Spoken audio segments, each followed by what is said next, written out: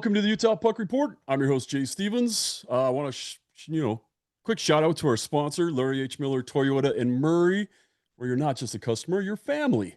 Just check them out, LarryHMillerToyota.com, or run by Murray and go in there and check out the 4Runners and Land Cruisers and everything else. They've got amazing vehicles for you to pick. Another goalie on the show today. Excited. And Michael, I've talked about you a lot. First off, Michael Hrabal. Is that how you say it? I've heard so many different pronunciations. What's the correct way to say your last name? In Czech, it's like Michal Hrabal, but people call me like Hrabal. It doesn't really matter. It's me. Okay. Yeah, we just got used to Vamelka, and the first time I met him, he told me it was Veggie. So then I went on It's saying that, actually but Vejmelka, but yeah. it's hard in translation, so I don't think anyone really cares. Well, that's nice. I know some people get really upset about it, so I'm glad you're a little more laid back. Because Utah's going to struggle with it for a little bit, but I have a feeling we're going to be saying your name for a long time. First off, welcome to Utah, man. How are the lungs after a day of skating? Uh, yeah, I mean, a little bit tired. The altitude isn't easy, but I think the body's gonna get adapted. I know like last year I had the same issue, but I love it here. It's so nice here, and I'm excited to be here. So you're from Prague, right? Is that your hometown? It is, yes. Can you tell us a little bit about growing up in Prague, how you found hockey, what got you into it? Yeah, I mean, I love Prague. It's such a beautiful city, big city, and like all Europe, great public transportation, so you can get anywhere. Hockey, how I started, I'd say my dad, he had a big involvement in it. He used to take me to like games. He got tickets to the Czech Pro League from his job. So that's kind of where I fell in love with the game. Going public skating, during Christmas with my sister, saw some like posters like let's play hockey, and I was like, yeah, like I want to do that. So I told my dad I want to start playing hockey. I said that it will be my last wish ever, last wish for Christmas ever. So he agreed, and so I'm very thankful that he let me, gave me the opportunity to start playing hockey, and that's how I started. Did you know right from the start that you wanted to be in the net? Um, Not really. I started in like second, third grade when I was like 8 or 9. And like in Czech, where I'm from, like you don't play, like full ice when you're this young. You just play like in a period, like 3-on-3. Um, and we had two teams and just one goalie, so we needed one other goalie. So we always like switched, like one game this guy, other game this guy, and I really enjoy when I was in the net. And I think I wasn't even like that bad. So I told my dad I would love to be a goalie, and he made it possible. Was that your next Christmas wish? Was a full set of gear? Might be, yeah. Like the team helped me out first a little bit, but like my dad, my parents both, they were always very supportive with what I did, and always tried to help me as much as possible. How do you make the transition from Prague to the USHL? Um, it was like before I was 17, like my dad was always telling me that there's this way to go college, play hockey, get scholarship. Like my parents were always very uh about education, so I'm also very thankful for that like my English is pretty good, and it's not all about hockey. And I knew that like if I want to go college, I have to leave Czech, because I was playing in U20, my U17 year, and it wouldn't be enough for me the next year. And so if I played the pro league, I wouldn't be able to go college. So we were discussing with agent my options, and then USHL was one of the options. Omaha, they traded for me, and I'm very thankful for trust that they trusted me and gave me the opportunity to play for them. Just what kind of a culture shock is that? And like, I've been to Czech, like I in Prague, and it's beautiful, and it's just, or city like and foresty, and then you show up in Omaha. Is that like your, hey, here's America, it's Omaha? Yeah. I'd say there's definitely like a cultural difference, but I don't think it's that bad. Like for example, as I talked about the public transport, like here in USA, you need to have a car, Yeah. which is something, like if you don't have a car, you struggle a little bit. You're dependent on other people.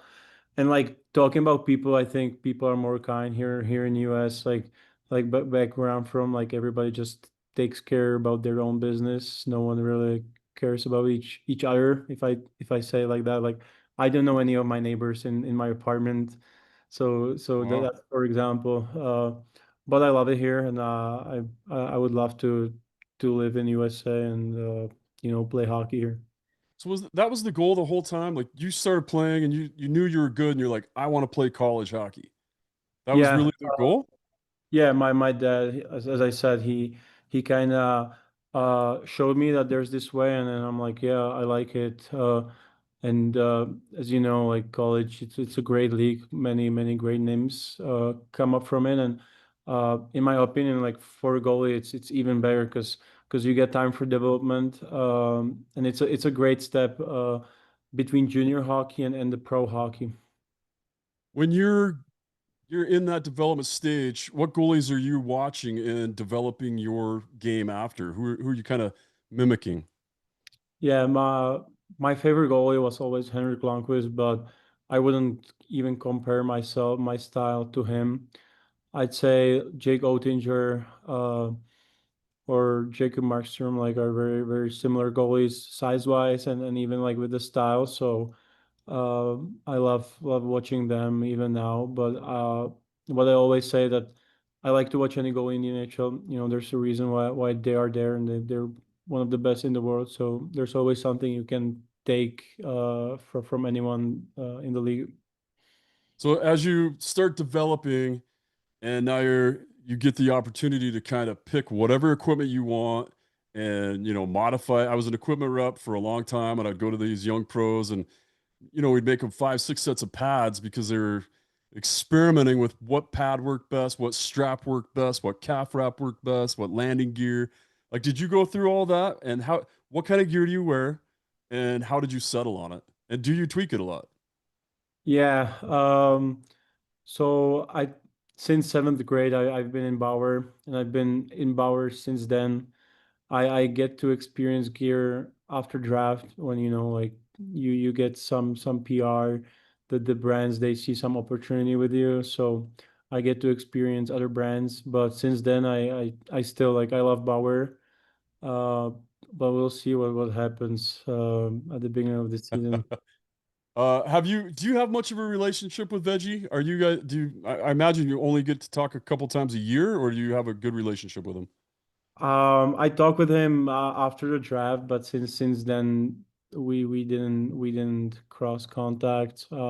He's way older than me, and he lives like in a different part of Czech. So unfortunately, we didn't. Okay. Yeah, I was just gonna see if maybe he'd try to get you into Brian's gear or anything, but you're Bauer head to toe. Yep. Okay. All Since right, yeah, that's good to yeah. know. Um, s- Speaking of all that, I've been, I added you last year on Instagram and maybe X. I'm not sure. And you were making some posts this summer, and all of a sudden there's Jogger in one of your posts. Are what was that about? Are you friends with Jogger? No, no. Um, so one of my friends, big friends from college, Dan Flochmelis, he's drafted by the Bruins, signed after this season. He posted like 12 points in 6 games in the AHL, like great player. Uh, Played in 3 World Championships for Latvia. So I'd say he's one of my biggest friends. He came to visit me in Prague, and you know, uh, Prague's famous for its nightlife, so he definitely wanted to try it out. And there's like I think everyone in the hockey world knows that there's this bar in Prague that's famous that just hockey players go there. Oh, So somehow we ended up in there, and he wanted to take picture with Jagr. He's probably the most famous Czech person, and I bet like a lot of people ask him to take pictures. So Yeah, I he, bet it's nonstop. But if you're like, hey, I'm a drafted guy too, I'm like, I'm one yeah, of yeah, you. and he plays with one of the big friends who plays for his team. But like I kind of understand it. Like, so he wants his own space. So it's hard because like I don't have that experience, but I bet a lot of people ask him to take pictures. So it was nice time. He got a picture, so he was very happy, my friend. I had known Jogger a little bit when I was a rep, and then I ran into him in Vegas, and all of our friends had already been having some adult beverages, and just immediately went up to his table. We're at a very nice restaurant, and just immediately started taking pictures with him. And he was actually really cool about it. It was just him and some beautiful girl. But yeah, he seemed decent. Maybe when he's home, he just wants to be home, and that's where his safe place is, right? I don't know. I don't know like much about him like from his personal life, so I don't judge. That's good. He's That's just good. enjoying his after career, I guess. Yeah. So tell us a little bit about you're playing juniors. You know you're going to get drafted. I hear there's a little bit of a hiccup between knowing that you're going to get drafted and getting to the draft to be drafted. What happened there? Yeah, just there was supposedly some storm when we landed in New York with my parents and then sister, and we were supposed to fly to Nashville right after, but no flights were leaving New York, so we were stranded there, and there wasn't any much options because like they offered me a flight like that would be like 2 days after the draft because like 10,000 of people were stuck there.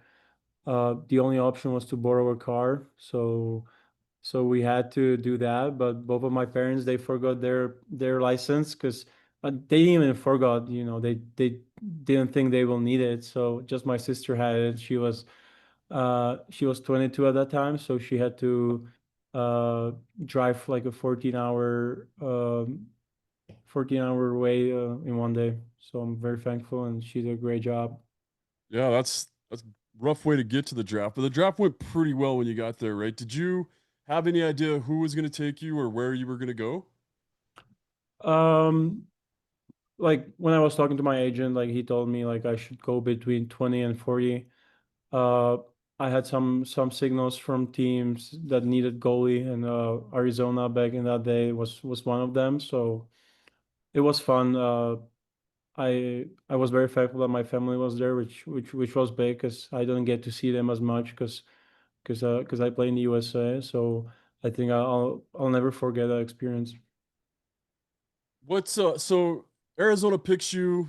Do you look at the depth chart at Arizona and say like I think I can make it this year or in a couple years? And then when you're watching all the drama unfold with Utah, what was going through your head through all of that? Um, Personally, I wouldn't say that I like watch the like depth chart or anything. I just try to focus on myself. Like I know there's still things I need to work on to be able to get to a level as NHL. But I think if I keep working and keep up good work, like one day it is possible. And with Utah, it might sound silly, but my goal is to play in the NHL, and it doesn't matter where it is. So it doesn't matter if it's Arizona or Utah. I just want to step on the ice of an NHL rink. Yeah, that makes perfect sense to me. Um, who's your goaltender? Do you have a goalie coach at home that you go to all the time? I do, yeah. And then do you have a different one at college, right? Yes. And then now you have a different one with with Utah, Yeah. With Schwab, right? How do you balance all that? Do they all understand your system, your style, the way you prefer to play? Do they keep adding things to you? Yeah. I would say so. Like, everyone has a different style, but they're just trying to give me advice how to like play situation because at this age, I don't think it's much about changing like your posture or anything. It's more about just reading plays, changing like kind of like different things you can do like on your post and stuff, how to play things differently. So I think I get to hear from all of them, but mostly like they don't want to, have that they don't want me to have way too much information. So mainly I talk with my UMass goalie coach. Oh, nice. And, famously, it's been reported all over the internet. You were offered a contract this year with Utah. You turned it down. You're planning on going back to UMass again this year. Um, I know that you probably got to sit down and talk with your agent. And was that the plan before? Did you figure they were going to offer you a contract, and you and your agent had already been like, okay, this is where we are maturity wise, and this is where they are in their depth chart. Let's wait a year, or was it you want to go back and finish school? Yeah, I think I had a pretty good year. The beginning was little bit worse, but I think the coaches they squeeze me. They show me what they want from me, and I think I delivered. I was there for the team. Um, like as I said, my parents they're very about education. I take more classes than I could, but so. Uh, I have it scheduled to graduate in 3 years. That means after the next season. I wasn't sure if I'm gonna get the contract offer, but after I sit down with my parents and agent, we all agreed that there's no reason to rush. I'm still 20, and as I said, like I graduated in the U.S. I didn't graduate back home, which would make a big problem if I anything happened and I would have to work at home. So I think the the diploma from my Czech USA school will be big for me. Oh yeah, that's very. I didn't think about that. How different was the schooling coming from a Czech school to a U.S. school? So you went to high school in Omaha? Yeah, I did online high school in Omaha. Oh, online. Well, how different is it? How does it feel? So in Czech, I went to a Czech English school, which I think prepared me a lot. It was pretty good, pretty hard school. So it wasn't a hard transition. And since I started high school in US, ChatGPT came up to life. So I'm not saying I'm using it, but uh, it exists. Yeah, nice. It's good. Oh, it's good to have tools to lean on, right? Yeah. You talked about an amazing year. You said you had, it was a little rough at the beginning, but then you had a pretty good year. I'd say you had better than a pretty good year. And I want to jump to, and especially when you're on the ice with some Team Canada guys, and you want tell me some of the highlights. Like you had an amazing World Juniors. Can you tell us some of the highlights from you and what you thought about World Juniors as it was going on? And any of the Team Canada boys mad at you for sending them home? Um, I would probably start with me knowing going into the tournament that it's going to be my last game in the junior national team. So I was just going there to enjoy it, be with my friends. I think we had a great group, which also like made a big difference. While we were going down the stretch to like the important games, my family was there, which also was big. I didn't see them for a couple months, and I was very thankful for them to be there and support me. And like playing against Canada in a sold out arena, the whole country watching, like it was a great experience. And that was a cherry on top that we managed to win from the team. I think called Baudouin, or however you say it. Yeah. He's here right now. He's in my group, so we got to talk a little bit about it. I like to joke, but I don't take it seriously. It's just a game. One game doesn't mean that much, but I'm thankful that we managed to get a bronze. But I think we even could have reached higher ranks. Yeah, you guys were really catching fire at the right time. I know I'm at my time limit with you. I wanted to talk a lot about UMass, and like I think you had an amazing season there too.